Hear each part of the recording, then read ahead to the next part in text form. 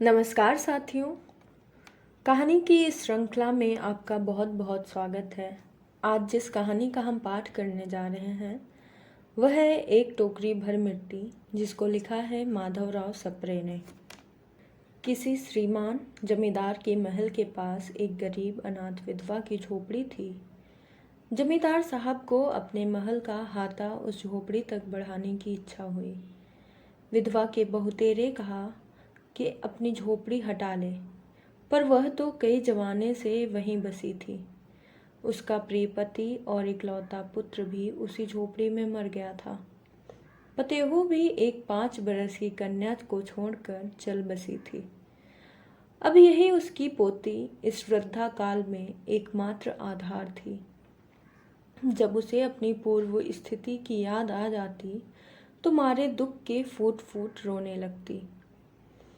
और जब से उसने अपने श्रीमान पड़ोसी की इच्छा का हाल सुना, तब से वह मृत प्राय हो गई थी। उस झोपड़ी में उसका मन लग गया था कि बिना मरे वहां से वह निकलना नहीं चाहती थी।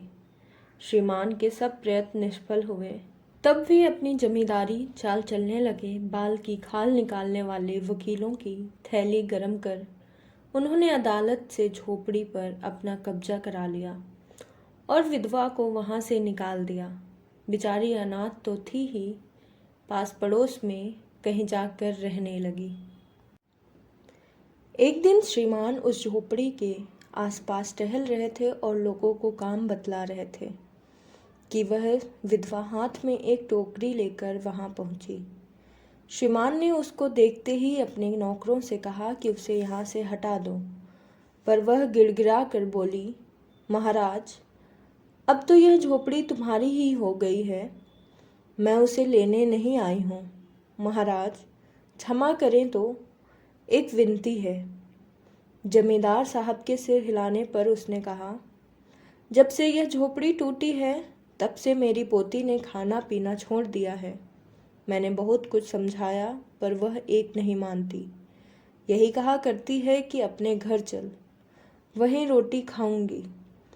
अब मैंने यह सोचा कि इस झोपड़ी से एक टोकरी भर मिट्टी लेकर उसी का चूल्हा बनाकर रोटी पकाऊंगी। इससे भरोसा है कि वह रोटी खाने लगेगी। महाराज कृपा करके आज्ञा दीजिए तो इस टोकरी से मिट्टी ले जाऊं। श्रीमान ने आज्ञा दे दी। विधवा झोपड़ी के भीतर गई। वहां जाते ही उसे पुरानी बातों का स्मरण हुआ और उसकी आंखों से आंसू की धारा बहने लगी। अपने आंतरिक दुख को किसी तरह संभाल कर उसने अपनी टोकरी मिट्टी से भर ली और हाथ से उठाकर बाहर ले आई। फिर हाथ जोड़कर श्रीमान से प्रार्थना करने लगी, महाराज कृपा करके इस टोकरी को जरा हाथ लगाइए, जिससे कि मैं उसे अपने सिर पर धर लूं।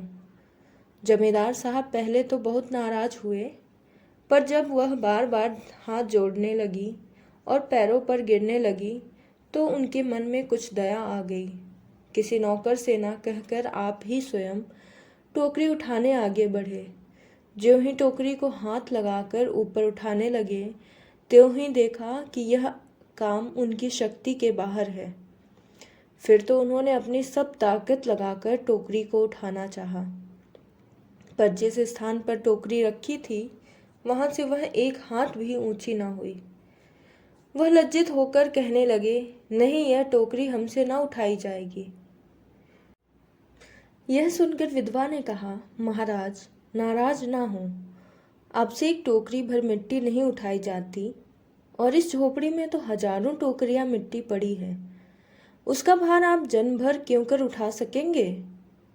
आप ही इस बात पर विचार कीजिए। जमींदार साहब धनमत से गर्वित हो अपना कर्तव्य भूल गए थे, पर विधवा के उपर्युक्त वचन सुनते ही उनकी आंखें खुल गईं।